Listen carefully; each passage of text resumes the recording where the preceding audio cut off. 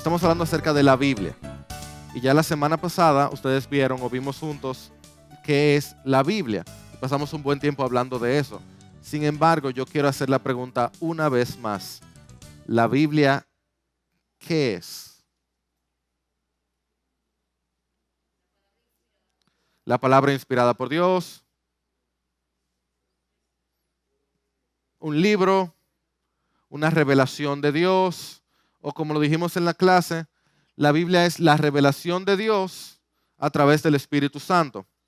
O de una manera más larga, la Biblia es el conjunto de libros inspirados por Dios, considerado por los cristianos como la autoridad máxima en cuestiones de fe y práctica. Eso se entiende, ¿cierto?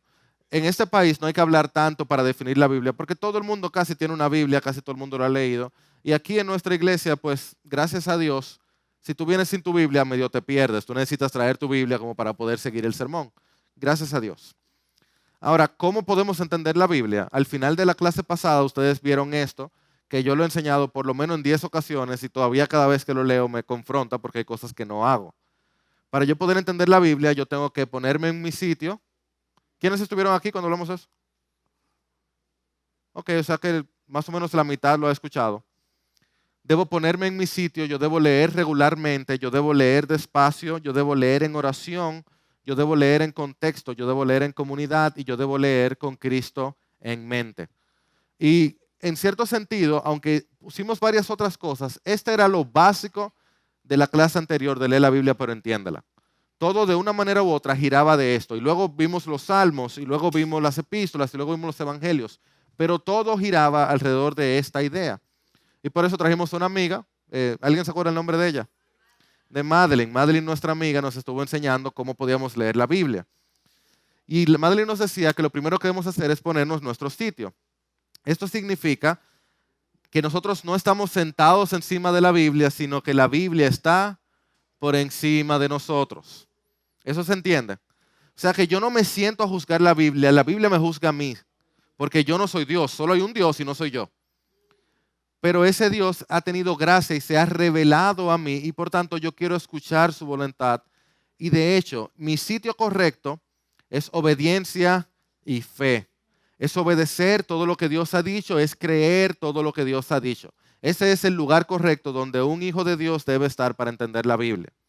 Esa es la base de todo lo que vamos a hablar de ahora en adelante, a pesar de lo que le voy a decir en un momento. Y termino esa introducción con esta cita de John Stott, que él decía que la Escritura es el cetro divino a través del cual el Rey Jesús gobierna su iglesia. Y el pueblo de Dios dice, amén. La Biblia es a través de lo cual Dios manda, Dios ordena. Tú puedes tener una opinión, yo puedo tener una opinión, pero cuando la Biblia habla, todo el mundo se calla. Amén. Bendito libro, increíble, que transforma. ¿Qué dice la Biblia de ella misma? Que es como una espada de dos filos que atraviesa la carne de los tuétanos. ¿Qué más dice la Biblia de sí misma? Por un lado sana, por el otro lado corta. Dice que es dulce, ¿como qué? ¿Y qué más dice la Biblia? ¿Qué más tú sabes de la Biblia? Que es hermosa, que es buena, que es deseable, que fue suficiente para ayudar a Cristo a soportar las tentaciones, que no pasará, que permanece para siempre. Las palabras de los hombres se van y la palabra de Dios permanece. Que nos va a juzgar, la Biblia nos juzga y también nos juzga y como que nos sana cuando lo obedecemos. No le hago caso y me apunta y luego voy y con ese mismo dedo que me apuntaba, me sana, me restaura, hace sabio al sencillo, te enseña. Qué hermosa palabra, lo sabemos, amén. Pero, ¿y si tengo dudas? Y si yo sé todo eso acerca de la Biblia, si yo lo creo, pero de vez en cuando me viene una dudita. Hay algo como que yo no me termina de caer. Leo un pasaje, como que no me hace sentido con otro pasaje. O estaba viendo un programa de televisión y estaban diciendo que esto era imposible por esto o aquello. O le estoy leyendo y no estoy entendiendo nada. O el pastor está predicando y yo no sigo eso que él dice que en el griego. Y yo, pero ¿cómo se sabe que ese era el griego que se usaba? O quizá a nadie le pasa eso y solo a Jairo, que es un casi hereje. Dicen aquí, ¿qué hereje fue que pusieron a enseñar ahora? ¿Ustedes nunca han dudado un poquito de la Biblia? Siendo honestos. No, no diga que sí, no mira, pon tu poker face, tu cara así seria, pero ¿alguna vez tú no has pensado un poquito? Porque mira, déjame hacerte esa pequeña historia que pasó ayer. Mi hijo mayor, Ezequiel, a mí me gusta mucho el frisbee, un deporte que hacemos aquí en la iglesia, ¿verdad? Y los dos hijos míos, Ezequiel e Isaac, Ezequiel es muy bueno tirando el frisbee e Isaac aparándolo. Pero Ezequiel le tiene mucho, mucho miedo al frisbee. Y tú se lo tirabas de aquí a ahí y él literalmente se mandaba corriendo, se iba corriendo por otro lado. Literalmente, o sea, de aquí a aquí, un plato, no era una pelota, era un plato. Y él se mandaba corriendo del miedo. Y ayer estábamos ahí en la terraza de mi casa y yo le digo, Ezequiel, confía en papá. Yo te lo voy a tirar, confía. Y voy a tirar el frisbee y Ezequiel se mandó corriendo hasta el otro lado de la casa. Él se esconde en un pedacito y yo le tiro el frisbee allá y le doy en la espalda y no le duele, pues se lo tiro suavecito y le digo, ven, confía. Y como luego del 12º intento, él vino y se puso, abrió las manos así, yo tiré el frisbee y lo atrapó. Imagínate el increíble gozo que tenía él en ese momento. Y él fue a contárselo, se lo contó a la profesora esta mañana, que probablemente no entendió nada de lo que él le dijo. Y está lleno de gozo y ahora cualquiera lo ve, o sea, dice que él ahora atrapa el frisbee. Isaac tiene que ponerse la pila porque Isaac nada más lo atrapa, no lo tira. Sea el caso, él me vino y me dijo, bueno, perdón, vino y le dijo a mi esposa, a Patty, mamá, yo confío en papá. Yo confío en papá. Y él dice mucho ahora eso, yo confío en papá, o yo confío en papá, yo confío en papá. La razón por la que esa confianza valió la pena fue porque papá no lo estaba engañando. Porque yo le iba a tirar el frisbee y yo se le iba a tirar a una velocidad que él podía atraparlo y que no le iba a hacer nada. Si yo le jondeaba el frisbee como tira, tú sabes, un buen jugador o como que, o de aquí a aquí, yo que no soy tan bueno, pero se lo tiraba con fuerza, pues la historia sería muy diferente. Porque la confianza depende que el objeto de nuestra confianza sea verídico. No es la fe, es Dios. Ok. Ni siquiera es la oración, es el Dios al que le oramos. En ese sentido, no es suficiente, siendo honestos, que yo confíe en la Biblia si la Biblia no es verdad. Entonces, el paso 1 de aplicar la Biblia es creer en la Biblia.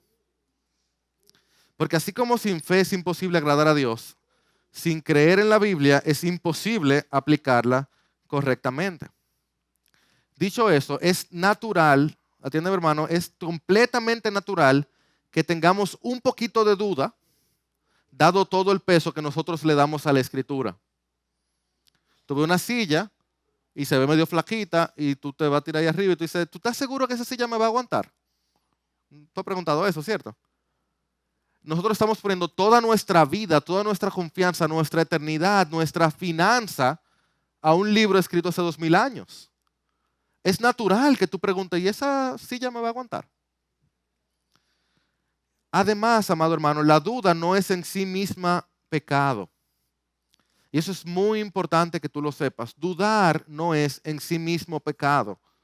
Por ejemplo, en Judas 1:22, Judas, que es bien cortante, el medio hermano de Jesús, que le da durísimo a la gente que está equivocada, esto lo están grabando, que habla con mucha fuerza a las personas que están equivocadas. Judas dice que a los que dudan, ¿alguien lo buscó ya? Tenga misericordia. No que lo confrontes, que tengas misericordia. Y fíjate qué hizo Jesús con aquellos que dudaban. El mismo Tomás, él no vino y dice, Tomás, tú ves cómo tú eres, que tú no. No, mira. Y así tú encuentras varios de los encuentros de Jesús donde él tuvo misericordia de aquellos que dudaban. A la vez, hermanos, la duda no es algo bueno. Y Santiago nos habla un poquito de la duda cuando nos dice que pida, pero pide con fe, porque el que duda, aunque esa duda de Santiago tiene que ver con creer en Dios y creer en el mundo a la vez, pero igual, el dudar no es un buen lugar donde estar. Nadie quiere estar no muy seguro de si está en tierra firme. Aunque la duda no es pecado, quedarnos en la duda fácilmente nos lleva al pecado. Y por eso me encanta esta frase de un periodista del siglo XX, principios del siglo, G.K. Chesterton, que decía Tener una mente abierta no es nada. El objetivo de abrir la mente es similar al de abrir la boca. Es cerrarla en algo sólido. O como lo decía Francis Bacon, este padre del empiricismo, del naturalismo, contrario a las enseñanzas de la Escritura, pero mira esta verdad que él dijo. Si un hombre inicia con la certeza, él terminará en la duda. Pero si inicia con la duda, él terminará en certeza. La duda no es ni tan mala ni tan buena, simplemente es parte de la vida debajo del sol, donde dice la misma Escritura que vemos en parte, vemos veladamente. Yo estoy dispuesto a dar mi vida por el Evangelio, 100%, por lo menos lo creo ahora que estoy en aire acondicionado, pero así lo creo. Eso no significa que a veces yo no dude. Ahora, las dudas sin tratar tienen un potencial devastador. Y es aquí donde está el asunto. La gente pasa siglos dudando cosas, años y años, y no preguntan, no hablan de eso, eso no se trata, hasta que en un momento viene algo y la gente explota y deja todo. Deja el Evangelio, deja la fe y no quiere saber del Evangelio. Tú dices, ¿qué pasó? Tenía años con dudas que no trató, cosas que él creía pero no estaba convencido, y llegó un solo pequeño soplo y le tumbó todo. Y me gusta como lo dice Tim Keller. Él dice, una fe sin dudas es como un cuerpo humano sin anticuerpos. Una fe sin dudas es como un cuerpo humano sin anticuerpos. Los que van por la vida de manera indiferente, muy ocupados como para hacerse las preguntas difíciles acerca de por qué creen lo que creen, se encontrarán sin defensas al experimentar la tragedia o las inquietudes de un escéptico inteligente. La fe de alguien puede colapsar casi de la noche a la mañana si a través de los años no ha aprendido a escuchar las dudas que deben ser desechadas, por supuesto, pero luego de una larga reflexión. Entonces, como base para empezar a aplicar la Biblia, vamos a empezar creyendo en esa Biblia. Y para creer en esa Biblia, vamos a empezar dudando de la Biblia. ¿Qué hereje le tocó esa noche? Lo siento mucho, amados hermanos. Ya me imagino que el miércoles que viene habrá menos personas. Yo quiero darte 5 razones que son las que nos hacen dudar de la Biblia. Por lo menos esas son las que yo conozco. Quizás haya otras, pero esas son las que, mientras he meditado y he leído sobre el tema, esas 5 razones son las que me han llevado a mí y a muchos otros a dudar de la Biblia. La primera cosa que nos hace dudar de la Biblia es un poco fácil de imaginar. De hecho, fíjate que le puse el 0 porque es la base. Es nuestro pecado. Y tú lo venías a venir eso, ¿cierto? Tú y yo estamos acostumbrados a la mentira. ¿Es o no es? ¿Alguien ha mentido este año? ¿Alguien aquí ha mentido este año? Ustedes la pueden levantar porque no la están grabando, pero a mí, ¿verdad? Sí. Yo no recuerdo, pero estoy seguro. No, sí, ya me recordé. Sí. ¿Y el que miente qué es? Toda lengua es mentirosa, dice el Señor. Sepulcro abriente su garganta, dice Romanos 3. Estamos acostumbrados a la mentira. Y por tanto, tenemos una tendencia pecaminosa a poner en duda la palabra del otro. Cuando el otro te lo dice, tú como que no se lo crees. En primer lugar, porque tú mientes también. Y en segundo lugar, porque el otro también miente.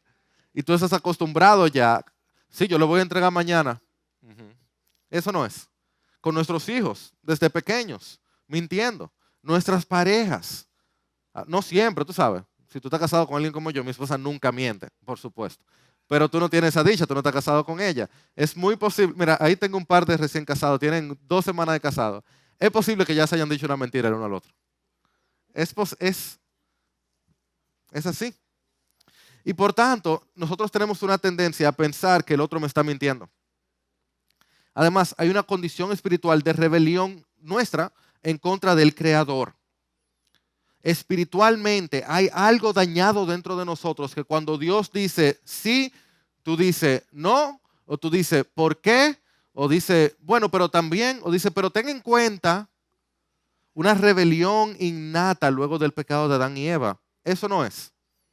Si tú dices que eso es mentira, yo te remito a Romanos 7, donde Pablo dice, yo no me entiendo.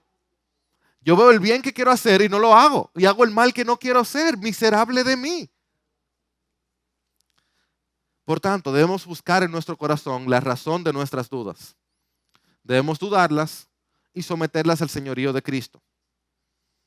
Ya que hay una razón base de por qué dudamos, que es el pecado, debemos revisar nuestro corazón y decir, espérate, aquí hay un problema. Siempre que vayamos a dudar de Dios, primero duda de ti mismo. Luego duda de la duda, duda de las circunstancias, pero no permitas que llegue hasta dudar a Dios mismo. Y específicamente cuando se refiere a la palabra, porque mira lo que nos enseña el Señor en esa increíble parábola del rico y Lázaro. Tú la conoces, ¿cierto? En Lucas 16. Este rico está, tú sabes, dinero, dinero, dinero. Y el pobre está que come la comida que cae de la mesa y que tiene llagas que los perros lo lamen. Ambos mueren. El rico está en el infierno, está sufriendo, mientras el pobre está en el seno de Abraham, está en buen estado, está bien, y de alguna manera sobrenatural el rico habla con Abraham o habla con el pobre, le dice, mira, por favor, dame una ayudita, dile que se moje la punta de la lengua y me caiga un chin de saliva para yo refrescar mi sed, imagínate la sed, imagínate la angustia. Y ahora le dice, no, es que hay demasiada separación entre tú y... No, tú tuviste lo tuyo en tu vida, ahora te toca la paga de tu pecado. Y entonces, ¿qué le dice el rico? Está bien, ya yo estoy aquí, pero yo tengo 5 hermanos. Yo tengo 5 hermanos. Tú puedes decirle a Lázaro que resucite y vaya y le anuncie y le diga, hey, mírenme ahora, mírenme ahora. ¿Ustedes recuerdan cómo yo estaba? Su hermano está difícil, miren, está difícil. ¿Y qué le dice Abraham? Ellos tienen a Moisés y a los profetas, que los oigan a ellos. Y el rico contesta, no, padre Abraham, sino que si alguien va a ellos de entre los muertos, ellos se van a arrepentir. Y Abraham le contestó, si no escuchan a Moisés y a los profetas, tampoco se persuadirán si alguien se levanta de entre los muertos. Si ellos no escuchan la Biblia, ellos nos van a escuchar aunque se le aparezca un muerto. ¿Y a quién estaba aludiendo aquí Cristo con esa historia? Cristo está diciendo que Él iba a resucitar y Él se le iba a aparecer y no iban a creer en Él porque no creían en el Antiguo Testamento. O sea que si Cristo viene y se aparece hoy y todos nosotros aquí lo vemos, la única forma en la que tú vas a creer en Él es si tú crees en su palabra. Es si tú crees en la Escritura. ¿Tú crees un ejemplo más? Los demonios, ¿tú crees que ellos no vieron a Jesús? Eso no significa que creyeron, porque no se sometían a la palabra de Dios. Además, me encanta como lo dice Isaías 66, a este miraré, al que es humilde y contrito de espíritu y que tiembla ante mi palabra. Así que como base de todo esto, amado hermano, si tú estás dudando de la palabra de Dios, primero duda de ti mismo, revisa tu corazón, revisa tu pecado, pídele perdón al Señor y dile, Señor, yo quiero confiar en ti porque yo quiero temblar ante tu palabra, porque yo quiero que tú me mires con un afecto especial. Amén. Pero hay otras razones. Otra razón es que la Biblia está escrita por hombres. Y a veces dudamos de la Biblia porque decimos que la Biblia está escrita por hombres y todo hombre es mentiroso. Y los hombres se equivocan. Y a menos que tú seas un poquito loquito, tú no te vas a atrever a decir, Dios dijo que. Hay mucha gente que lo hace hoy en día, pero la palabra le llama falsos profetas. En Deuteronomio 18 dice que si una persona habla en nombre de Dios y no se cumple, no solamente dice que es un falso maestro, dice que deberían sacarlo y apedrearlo. Hoy se reúnen a hacer otra cosa con ellos, pero bueno. Si entonces la Biblia está escrita por hombre, nosotros decimos, de hecho, la carta de Pablo a los colosenses o el Salmo de David, pero es palabra de Dios. Y nosotros sabemos que todos los hombres son pecadores, entonces ¿por qué le decimos a la Biblia palabra de Dios? Eso a veces como que hace que uno dude un poquito, como que te confunde un poquito. Y los que estuvieron en la clase pasada saben que la Biblia habla de sí misma diciendo que toda escritura es ¿qué? Inspirada por Dios y es útil para enseñar, para reprender, para corregir, para instruir en justicia, a fin de que el hombre de Dios sea perfecto, equipado para toda buena obra. Inspirada por Dios es una palabra que Pablo se inventó, esa palabra no existía. Es un neologismo que es en el griego, theoneustos, el theo de Zeus, de Dios, de la divinidad, de la deidad, y neustos es de pneuma, de espíritu, y esto es una acción. Entonces lo que está diciendo es que del Espíritu de Dios salió la Escritura. Por eso muchos dicen que una mejor traducción es que toda la Escritura es exhalada por Dios. En inglés se usa mucho la palabra God-breathed, respirada por Dios. Porque inspirada es como, pero exhalada es como... Y eso es lo que Pablo está diciendo, que la Escritura salió desde adentro del Espíritu de Dios hacia afuera. Y por eso podemos decir que el Salmo de David es palabra de Dios, porque Dios lo inspiró. Ahora bien, ¿cómo fue que Dios inspiró eso? Hay 5 posturas que tratan de explicar la inspiración, y como le voy a explicar ahora, solo una de esas es, en nuestra opinión, bíblica. Perdón, la primera es la teoría de la intuición. Y lo que habla de la teoría de la intuición es que los autores de la Biblia tuvieron como una intuición religiosa especial, como la que tuvo Platón o la que tuvo Confucio, o más moderno, como la que tiene Ricardo Arjona. Ciertamente, eso es lo que esa teoría expresa, que hay gente como que se conectan con lo divino y hablan como con tienen como un sexto sentido para hablar de cosas religiosas. Y así muchos creen que eso es lo que la Biblia hace, que tiene muy buenas enseñanzas como un sexto sentido.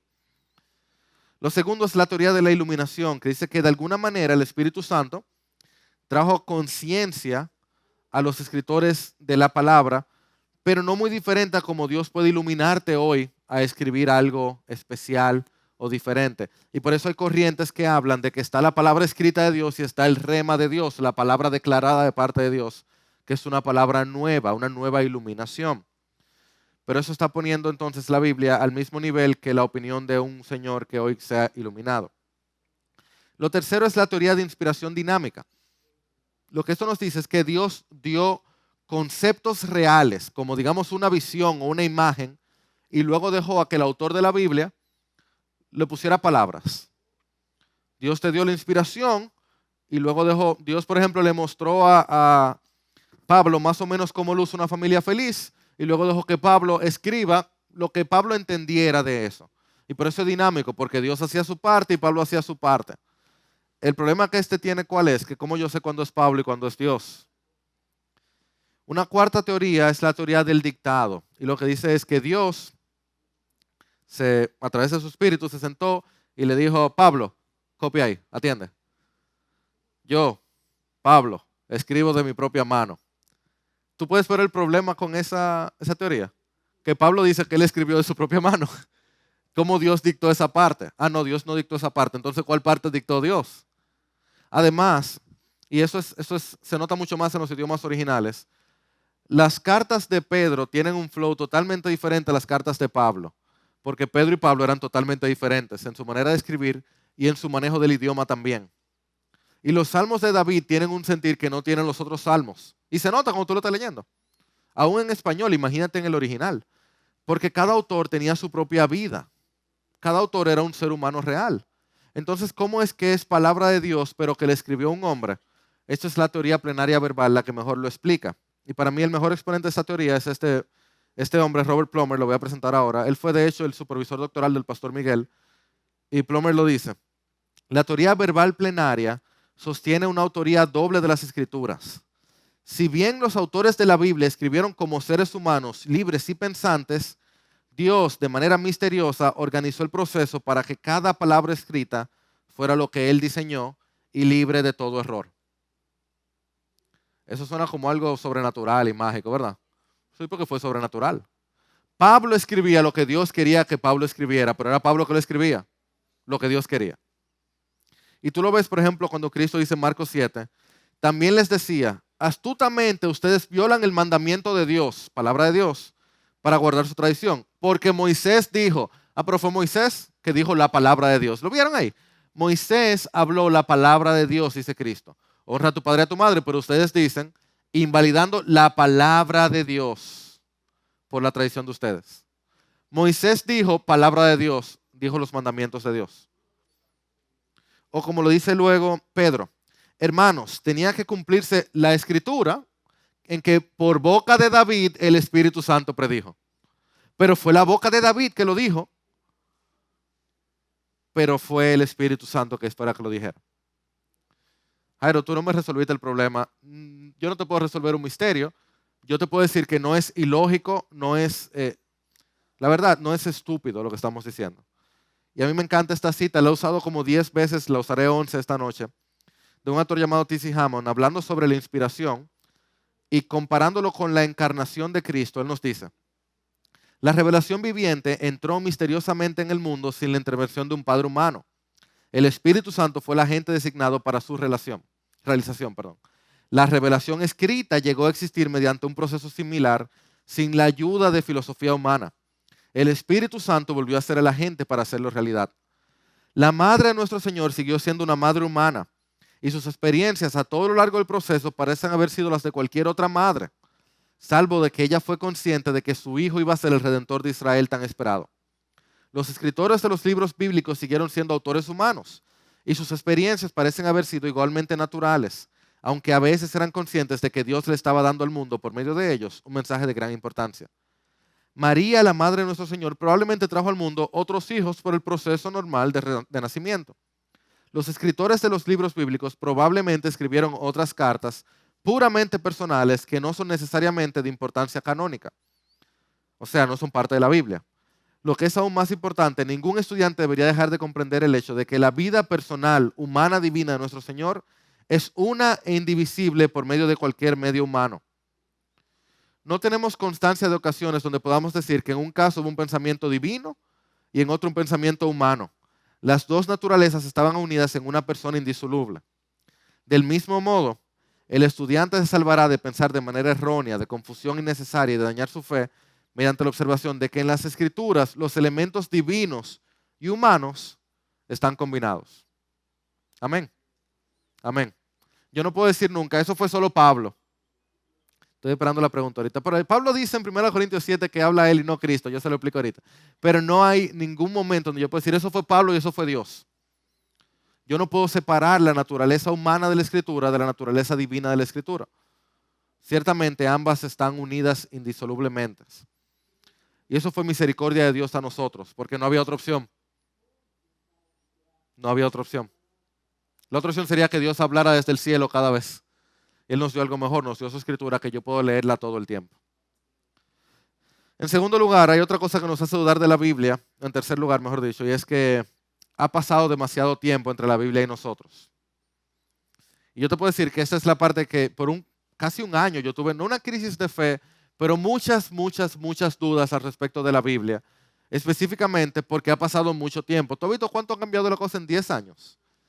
Estamos hablando de 2000 años. Y te la voy a poner más difícil. Año 50, primera carta del Nuevo Testamento. El manuscrito más antiguo que tenemos es del año quizás 90 y pico. No es de la misma carta. Hay muchos años de diferencia entre los manuscritos que tenemos de la Biblia y cuando la Biblia se escribió. Y desde ahora hacia atrás tenemos muchos años de diferencia. De hecho, la Biblia se escribió en un lenguaje que no es moderno. Esto lo vieron la semana pasada.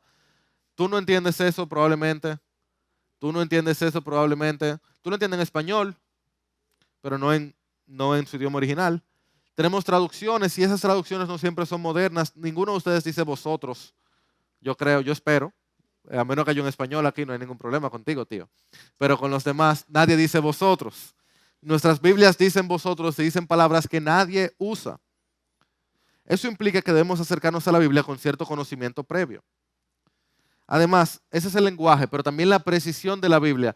Oye, a veces esto hasta como que medio molesta, porque tú ves que la Biblia dice, pasados muchos días. ¿Pero cuántos días? ¿Cuánto pasó entre esto y esto otro? No, pasado muchos días.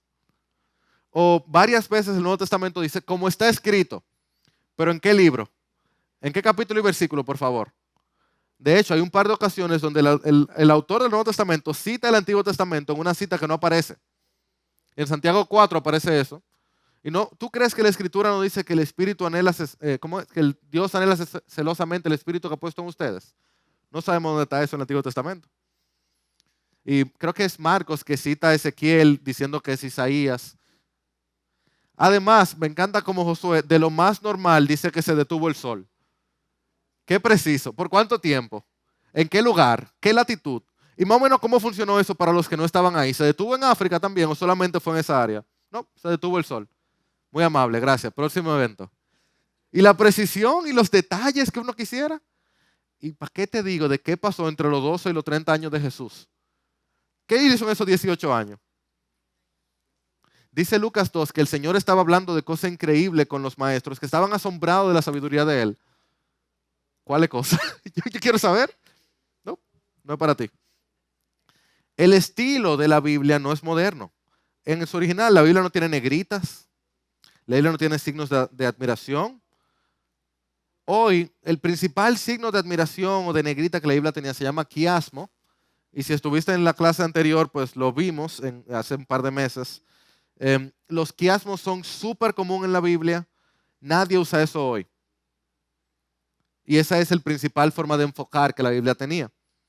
Además, hoy no tenemos profetas, no tenemos escrituras apocalípticos. Y además, nosotros somos una cultura que no lee y ni siquiera meditamos en lo que vemos en Netflix. O sea, que no solamente el estilo es diferente, no solamente no leemos, es que lo que vemos no lo meditamos. Vemos una serie y se acabó, vemos la otra, y vemos la otra, y vemos la otra, y no nos sentamos ni siquiera a pensar. Entonces, la Biblia y nosotros tenemos diferencia. Esta era una introducción a los quiasmos que no me da tiempo a darlo. Pero básicamente es que se dice algo arriba y se repite abajo. Por ejemplo, nadie puede servir a dos señores porque aborrecerá a uno y amará a otro, o apreciará a uno y despreciará al otro. Ustedes no pueden servir a Dios y las riquezas. Eso es un quiasmo que está para que se lea así. Y Cristo lo que está haciendo es enfatizando un punto, usualmente en el centro. Nadie usa eso hoy. En Marcos vemos otro. El día de reposo se hizo para el hombre y no el hombre para el día de reposo. La misma frase, repetida inversa. Pero si tú tomas la Biblia, tú encuentras que Levítico entero, el libro, es casi un quiasmo. Que Génesis 1 al 11 son quiasmos que se están repitiendo. Y así tú ves en todos lados en la Biblia énfasis que hoy en día no se usan. Que yo te lo dije ahora y tú ni lo entendiste quizá. Porque estamos separados de ella. Y la Biblia tiene un enfoque que no es moderno. La Biblia no es un libro de autoayuda. No es interesado en suplir tus necesidades. No te responde a las curiosidades. El enfoque que la Biblia tiene es el Señor y su evangelio. Nuestra carne y nuestra cultura quiere otra cosa. Dicho todo eso, Jairo, ok, está bien, me echaste mi bocha, ya entiendo, pero ¿cómo yo sé que lo que ahí dice siquiera pasó? Porque yo estaba viendo un documental en Discovery Channel. O, ¿cómo yo sé que en el proceso alguien no tomó la Biblia y la alteró? Le agregaron un versículo aquí, lo Illuminati, tú sabes, o alguien le quitó un pedazo. ¿Tú nunca has pensado eso? Gloria a Dios, pero mira, piénsalo en esa noche y luego dúdalo. En primer lugar, ¿cómo yo sé que lo que la Biblia dice que pasó en realidad pasó? Lo primero que yo te puedo decir es que los autores dicen ser o conocer testigos oculares de lo que ellos narran. Tú conoces el inicio de Lucas, ¿verdad? Que Lucas dice que como muchos han tratado, él decidió esforzarse para conseguir toda la información necesaria acerca de Cristo. O en 1 Corintios 15, Pablo dice que fueron 500 los que vieron a Jesús resucitado, muchos de los cuales están vivos todavía. O sea que la Biblia afirma que las cosas que ella está diciendo, hay gente que lo vio y que estaba vivo y que podía decir, no, eso no es verdad. En segundo lugar, las escrituras narran personas reales, conocidos por la audiencia receptora. Y en la casa, chécate Marcos 15, 21, para que tú veas que ahí habla de una gente que tú no tienes idea de quién es, yo tampoco. Pero quienes recibieron el evangelio de Marcos lo conocían. Y era como cuando tú ves una película dominicana que quizás tú conoces a algún actor que amigo tuyo de cuando chiquito fueron al colegio juntos, ahí al Calafán, y estaban ahí en el colegio juntos y ahora está en televisión y tú lo ves y tú estás esperando el momento y saltas, míralo ahí, míralo ahí, míralo ahí. ¿Te ha pasado? No. Pero tú entiendes el punto, ¿verdad? O alguien que tú conoces va a salir en una obra y lo único que le toca es agarrar un palito que está atrás, pero tú estás esperando que salga y cuando lo mencionan tú estás, yo lo conozco a ese. En la Biblia, en varias ocasiones, tú tienes que se habla de alguien que el que recibió la carta o leía el libro sabía de quién se hablaban. Y yo me imagino cuando se estaba leyendo el Evangelio de Marcos que estuviera el amigo ahí, que el que estaba sentado al lado estaba, chacho, mira, saliste en la Biblia, ¿viste? Si fuera mentira, ¿por qué lo haría? Porque nada más él tenía que decir, hey, eso no fue así. Cuando se escribieron los evangelios, por ejemplo, los enemigos de los apóstoles seguían vivos. Y ellos con toda facilidad podían contrarrestar o sopesar todo lo que ellos afirmaron. Eso es un detalle no de poca importancia. O sea, los que podían decir que era mentira estaban vivos mientras estaba escribiendo. Ellos hubieran escrito la otra versión. Y por eso que tú tienes que empezar a creer en lo Illuminati y todo eso para creer que hay otro evangelio, que la iglesia ocultó. No hay mucho peso en ese tipo de enseñanza. Y de hecho, además, el Nuevo Testamento, porque hablé más del Nuevo, el Antiguo Testamento es aceptado por el Nuevo Testamento. Todo lo que está en el Antiguo Testamento, el Nuevo Testamento lo valida y lo confirma. Por tanto, yo puedo estar tranquilo porque yo creo en el Nuevo, vimos esas razones y el Nuevo dice, el Antiguo está bien. Es como cuando tú tienes dos amigos, o bueno, tú tienes un amigo y tu amigo trae a otro amigo. Tú le invitaste a algo y viene él trae a otra gente. Tú confías mucho en tu amigo por muchísimas razones, tú no conoces al otro. Pero el amigo tuyo te dice, hey, no, mira, yo doy testimonio, ese tipo es bien. ¿Tú confías en él? Porque tu amigo dice que el otro es bien. Como podemos confiar en el Nuevo Testamento, y el Nuevo Testamento habla bien del Antiguo, no hay problema. ¿Se entiende? Ok, muy bien. Yo sé que eso pasó entonces, yo sé que es verdad. ¿Cómo yo sé que no la alteraron? ¿Cómo yo sé que no la alteraron? En primer lugar, tenemos cerca de 6,000 manuscritos del Nuevo Testamento en griego. Eso no es poca cosa. Son muchas copias, que en esencia ninguna tiene problema una con la otra. Tenemos docenas de manuscritos del siglo II. ¿Alguien de aquí tiene un celular que sea de más de 10 años? No, es posible. No. ¿Alguien tiene un libro en su casa que tenga 50 años? Que su papá se lo haya dejado. Sí, ¿verdad? Quizás 100 años. Ya está más difícil, ¿verdad? Hace 200 años. ¿Habían libros? Sí, habían. Tenemos manuscritos del siglo II. O sea, de hace 1800 años. Y no uno, varios. Y tenemos por lo menos uno que muy pronto se va a confirmar, que es del siglo I, del 90 y algo. Si lo alteraron hace mucho tiempo. Además, nosotros tenemos suficientes citas del Nuevo Testamento en los escritos de los padres de la iglesia como para reconstruir prácticamente todo el Nuevo Testamento. Y varios de ellos tuvieron el escrito original en sus manos. ¿Tú me quieres decir, Jairo, que no tenemos lo escrito original en los autógrafos? No, no tenemos la palabra que escribió Juan como tal. Tenemos las copias de lo que escribió Juan. ¿Tú me estás diciendo que no tenemos la palabra? No, no la tenemos. ¿Cómo tú quieres que sobreviva un manuscrito que todo el mundo estaba loco por tener?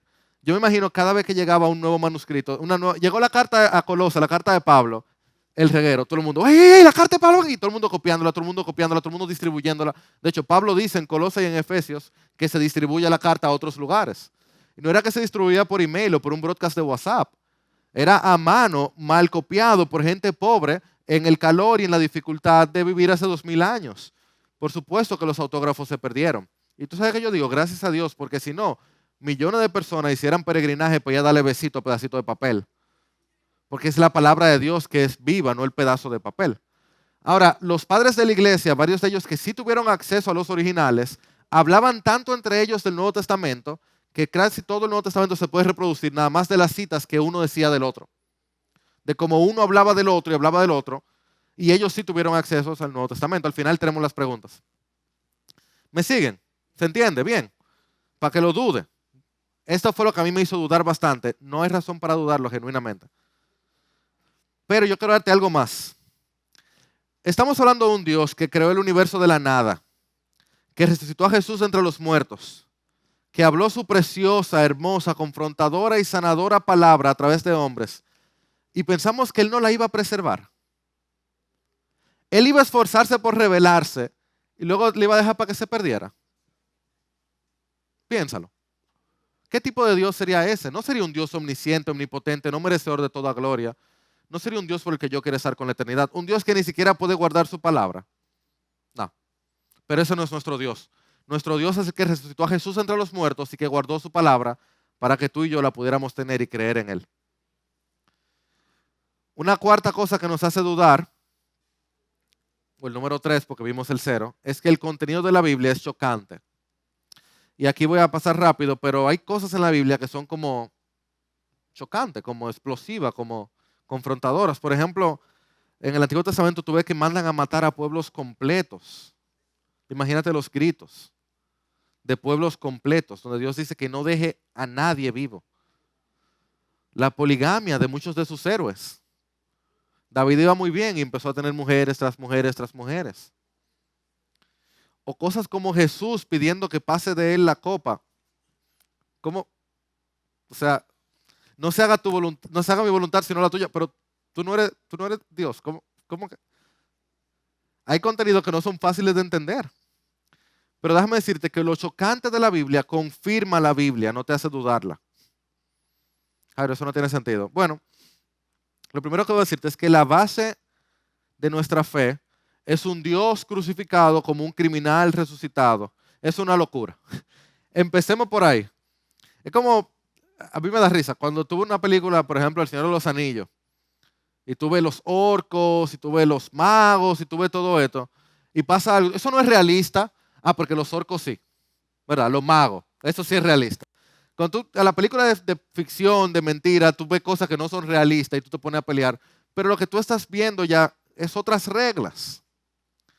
El libro que estamos hablando trata de un Dios perfecto, todopoderoso, que nació y que fue cargado por una madre pecadora y que fue crucificado y sangró y que luego resucitó.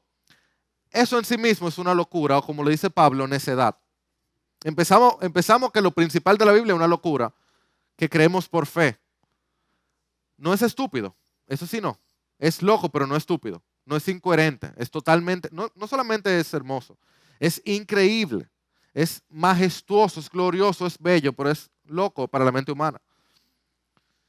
Además, cuando la Biblia presenta caídas morales de sus héroes, eso confirma qué tan auténtico es lo que está diciendo. ¿Tú crees que si David hubiera escrito él solo su historia, él pone lo que él hizo con Betsabé como él lo pone? O que si Pablo hubiera sido solamente Pablo, él pone el liazo que se arma en Hechos 16, 17, que él se separa de Bernabé. ¿Tú crees que Pedro iba a poner su caída si él se hubiera inventado una nueva religión? O sea, Cristo dice, mira, tú eres Pedro y sobre esta roca edificaré mi iglesia. Y pone a Pedro como el principal de los apóstoles. Y par de versículos después, Pedro está negando al Señor. Y el Señor le dice, apártate de mí, Satanás. ¿Qué? Bueno, porque es verdad. Y déjame decirte, amado hermano, que tú ni yo vamos a poder entender la sabiduría del Dios infinito con nuestras mentes finitas. Claro que van a haber cosas de la Biblia que no vamos a entender, que nos van a sorprender. Me encanta como lo dijo Timothy Keller en este tweet hace un tiempo. Si tu Dios nunca está en desacuerdo contigo, es posible que estés adorando una versión idealizada de ti mismo. Para tu Dios ser Dios, Él tiene que estar en desacuerdo contigo porque tú no eres Dios. Él es más grande que tú. Cuando tú estás buscando una iglesia que satisfaga todas tus necesidades y que el pastor diga todo lo que tú quieres que diga y que nunca te confronte, nunca te choque, tú lo que estás buscando es un espejo, mi querido hermano. Pero claro que cuando tú tienes que ver con otros seres humanos, van a haber cosas que te van a confrontar. Imagínate con el Dios del universo. Hay cosas en la Biblia que tú no vas a poder entender porque sus pensamientos no son tus pensamientos. Y que leer sigue. Alejarse del cristianismo porque parte de las enseñanzas de la Biblia son ofensivas para ti, asume que si hay un Dios, Él no tendría ninguna postura que te molestaría. ¿Eso tiene sentido? Claro que no. Claro que hay cosas de Dios que a ti no te van a gustar porque Él es Dios y tú no. Pero me encanta como lo dijo Agustín. He aprendido a rendir total respeto solo a la Escritura. Solo de ella creo firmemente que sus autores fueron completamente libres de errores. Y si en estos escritos quedo perplejo por algo que me parezca opuesto a la verdad, inmediatamente supongo que hay un error en el manuscrito, él está en el siglo IV, no tiene las facilidades que nosotros tenemos, o que hay un error en el traductor que no captó el significado, o que yo no he entendido bien. Es decir, Agustín está diciendo, si yo veo algo en la Biblia que yo no entiendo, el problema está en mí o en la copia que tengo, pero no está en la Biblia. Y esa es la actitud correcta. Y en último lugar, brevemente, algo que a algunos hace dudar de la Biblia, es que la Biblia está llena de contradicciones. Y esto pasa principalmente cuando nos estamos acercando al Evangelio. Tenemos poco tiempo en la fe, poco tiempo leyendo la Biblia, que no encuentra algo que aparentemente contradice otra cosa. Por ejemplo, los evangelios tienen datos que divergen uno de otro. Que uno dice una cosa, que Jesús estaba subiendo, el otro dice que Jesús estaba bajando. O Pablo dice que somos justificados por fe sin obras. Pero Santiago dice que sin las obras no hay nada. O, por ejemplo, Dios es soberano sobre todo. Amén. No, Dios es soberano sobre todo y el hombre es responsable. Amén. Si yo no soy responsable, entonces yo no tengo por qué ir al infierno o al cielo. Pero si Dios es soberano, entonces, ¿por qué Él no manda a todo el mundo? ¿O por qué Él inculpa si Él hace lo que Él quiera? Vamos por las tres. La primera, los evangelios tienen datos divergentes, dicen. Amado hermano, los evangelios no tienen nada divergente, sino complementarios. Dan versiones diferentes de la misma situación. A mí me encanta, cuando yo entendí esto, me voló la mente. Los autores estaban conscientes de que o habían o iban a haber otros escritos. Ellos lo sabían. Y es totalmente, o sea, es muy difícil, perdón, es totalmente comprobable o muy difícil de decir que no, que tanto Mateo como Lucas no habían leído Marcos. Y Mateo probablemente estaba al tanto del trabajo de Lucas y Lucas el de Mateo también. Como ellos sabían que iban a tratar temas, el mismo tema, ellos daban diferentes enfoques. Cada uno estaba al tanto de lo que estaba pasando en el otro. Y sin lugar a dudas, yo diría, Mateo y Lucas estaban cansados de leer Marcos. Ellos sabían todo lo que Marcos dijo y dijeron, ok, déjame complementarlo con esto aquí. Y Juan está más que al tanto de los otros tres evangelios. Él lo ha leído, se lo sabe, y él entonces da otra versión diferente, pero que no contradice, sino que complementa. Porque los autores también querían enfatizar cosas diferentes. Y para mí el ejemplo que me ayudó mucho a entender eso es algo simple. Hay un accidente, ¿verdad? Hay un accidente. Y llega la policía y tenemos primero una versión aquí, que es la versión de que digamos que él fue el que lo chocaron. Y él da su versión y él explica todo lo que pasó. Luego viene un segundo y el otro que lo chocaron. O dice el que él chocó. Son dos versiones diferentes. Y los dos empiezan a explicar desde su punto de vista qué fue lo que pasó. Amén. ¿Se entiende? Vamos a decir que este sea Marcos y este sea Mateo. Luego yo tengo a Lucas, el policía, que llega después, que no estaba en el hecho, pero que agarró y le preguntó a todo el mundo qué fue lo que pasó, dime qué pasó aquí, dime qué pasó allá, y se siente y hace un reporte escrito más organizado de todo. ¿Me entienden? Ese es Lucas. Pero luego, 20 años después, 30 años después, llega Juan, que era una cámara de seguridad que estaba ahí arriba. Y Juan le da otra perspectiva diferente a los otros tres, no contradiciendo, sino complementando, porque él está desde allá arriba, 90 pies de altura, viendo toda la situación. Y él sabe los reportes de ellos tres, y entonces le empieza en otro lado. Ah, Mateo, tú empezaste con la genealogía de María. Muy bien. Lucas, empezaste con la genealogía del lado de José. Excelente. Yo empiezo con la genealogía del principio, y en el principio estaba el verbo. ¿Tú entiendes? Son diferentes posturas que se complementan, no que se contradicen. Ah, no, pero Santiago y Pablo sí se contradicen. No. Gálatas dice, Pablo, que en Cristo ni la circuncisión ni la incircuncisión significa nada, sino que la fe obra por el amor. Y eso resuelve todo el asunto de si somos salvos por fe o somos salvos por obra. Que Santiago dice una cosa, que Pablo dice otra. Pablo dice que la fe obra en amor. Eso es lo que salva. No fe más obras. Eso contradeciría a Pablo, que tú tienes que tener fe y tener obras. No fe menos obras. Eso contradeciría a Santiago, que dice que sin las obras no hay justificación. Es fe manifestado en obras. Yo soy salvo por las obras de Cristo, pero yo necesito buenas obras. Si no, yo no voy al cielo.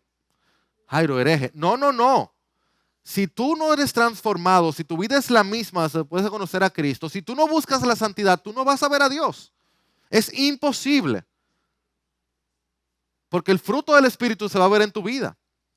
Tu fe va a dar fruto. Tus obras se salvan, las obras de Cristo, que permiten que tú hagas obras para la gloria de Cristo en el poder de Cristo, a través del Espíritu Santo de Cristo. Las obras son tuyas. No, tú le hiciste, pero son las obras que Dios hizo a través de ti. O como dice Pablo, fe que obra en amor.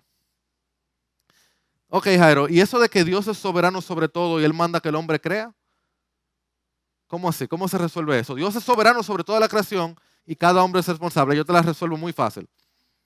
Yo te digo, no, eso no es. Amén. Y ahí te la resolví. Eso es todo. Dios es absolutamente soberano y tú eres absolutamente responsable. Y las dos cosas están ahí en la Biblia. Esa tensión está ahí para siempre. Tus obras nunca van a voltear, a dañar, a tergiversar los propósitos de Dios. Pero hay cosas que Dios no va a hacer si tú no las haces. Ambas cosas están ahí. Si Jonás no iba a Nínive, Nínive no se iba a convertir, no se iba a arrepentir, no iba a acercarse al rostro del Señor. No iba a pasar. Era a través de Jonás. Y como Jonás no quiso ir, Dios lo mandó con el amigo gran pez. Y Jonás exaltó al Señor y fue a Nínive y predicó. Si Jonás no iba a pasar. Pero Jonás iba a ir a Nínive porque Dios quería que pasara. Amén. Piper dice, la inspiración de la palabra de Dios es como la encarnación del Hijo de Dios. Cuando el Hijo de Dios se hizo hombre, Él se volvió vulnerable al abuso y la muerte. Cuando la palabra de Dios se hizo lenguaje humano, se volvió vulnerable a la ambigüedad y a ser malentendida. Pero sigue siendo palabra de Dios. Cristo no fue menos Dios cuando fue atravesado. Él siguió siendo Dios. La Biblia sigue siendo la Biblia aun cuando tú las dudas. Sigue siendo palabra de Dios. Aun cuando tú no la entiendas, aun cuando la traducción no haga su mejor trabajo, aun cuando tú le estés dando un mal sentido, aun cuando la gente la predique mal, la Biblia sigue siendo la palabra de Dios. Por tanto, tú puedes dudar y luego dudar tu duda. Como decía J.K. Chesterton, recuerda, tener una mente abierta no es nada. El objetivo de abrir la mente es similar al de abrir la boca, es cerrarla en algo sólido. Así que para poder aplicar la Biblia, lo primero que tienes que hacer es creer en ella. Y para poder creer la Biblia, lo primero que tienes que hacer es dudarla. Y luego, no ignores tus dudas, dúdalas y ríndelas delante del Señor.